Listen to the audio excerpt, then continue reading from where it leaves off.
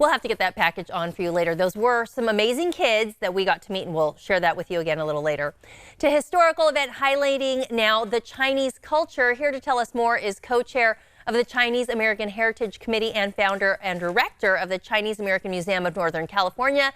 I want to welcome to the show Brian Tom. Brian, thank you so much for being here. Oh, my pleasure.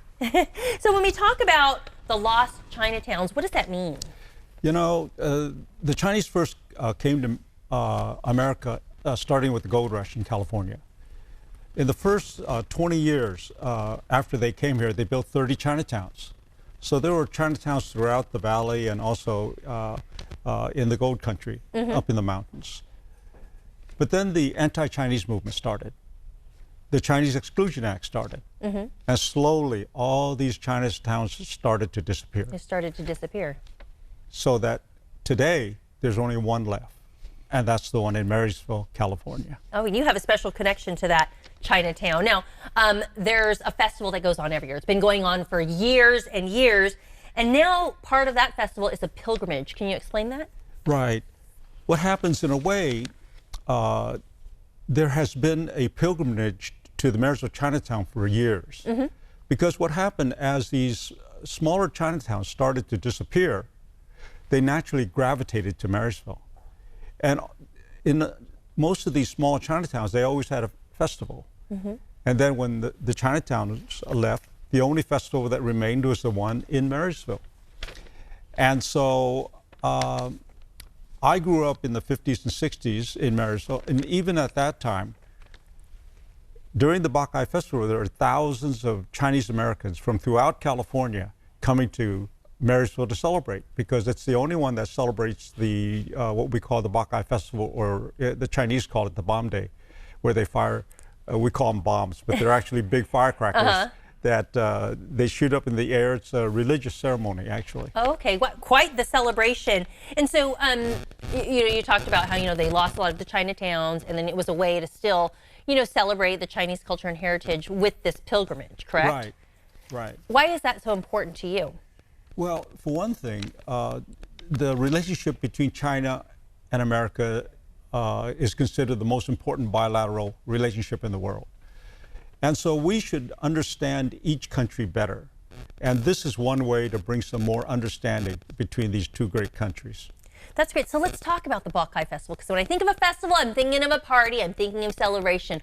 What can people expect when they go to the Bacchae Festival? Okay, it's 2 days between February 22 and 23, this coming Saturday and Sunday. I have the schedule in front of me. It's so long now because we started this pilgrimage. I got to refer to it. Well, what are some of the highlights? We're looking at some pictures of past events and things that have been going on, but what are some of the highlights? Number one is they have the annual parade. They've been doing this parade for 140 years. So are there going to be some dragon dancers maybe? Well, there's going to be a 175-foot long dragon. Oh my goodness. Okay, there's definitely a dragon in the parade. Right, absolutely. And in fact, in the old days, the Marysville dragon was so famous, they borrowed it throughout the Chinatowns in all of the U.S. So it traveled to the different parades and events. It went to New York, it went to Chicago, it went to L.A. And it started right here in Marysville. Who knew? That's correct. And so we're having a film festival. Okay. The Bacchae Temple will be open, and this year they just had the grand opening, or will have the grand opening this coming Friday. To kick they things created off, a new temple museum there. So that would be interesting. I haven't been there myself because they haven't opened yet. So we do the film festival. We got photo exhibits. We have a pioneer dinner. To learn about the history. How's that? You can learn about the history. Oh, absolutely, because I run the museum there, and I have a separate lecture series that's going on Saturday, and also book readings on Sunday. Can anyone attend? Yes. There is a donation suggested for some of the events. My museum events are all free to the public. So anybody can come and learn a little bit about the Chinese pilgrimage, a little bit about the history. I mentioned that he has a special tie-in. So you were saying that your grandfather, was it, that came here during the gold rush? That's right. He came in 1851. And he struck it rich. He liked America so much. He decided to stay. He opened a store in the heart of Chinatown on First Street. The building is still there. It's at 310 First Street. And he married Li Shi, and they had 9 children. and my father is the youngest of 5 sons. So you mentioned where that building is. Is that like the center of all the events in Marysville? For people that haven't been out there, they should definitely go check it out. But is that where everything's happening? It's all within walking distance? Absolutely. It's the center of Chinatown is 1st and C Street. The streets in Marysville are very simple. It's ABC and 1, 2, 3. So you're not going to get lost? Absolutely not. Also, I noticed you brought some books in. What are these books about? These are books of historical pictures of the Chinatown. Well, 2 of them are on Marysville. One is on Sacramento, and another one is on Locke and the Chinatowns of the Sacramento Valley, Sacramento River Delta.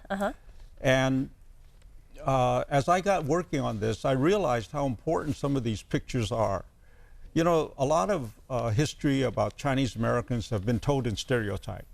You know, they got coolies, poor people, desperate, et cetera, et cetera. Most of that is untrue. So what these books will be able to show you through pictures, what the life of Chinese Americans were all about.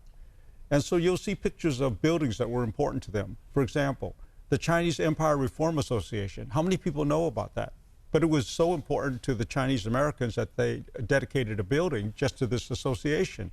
And this, the reform was trying to reform the Qing dynasty back in China. Wow, and it's all stemming from this region. And so much history here. It is extremely important. Marysville has always been a part of that history.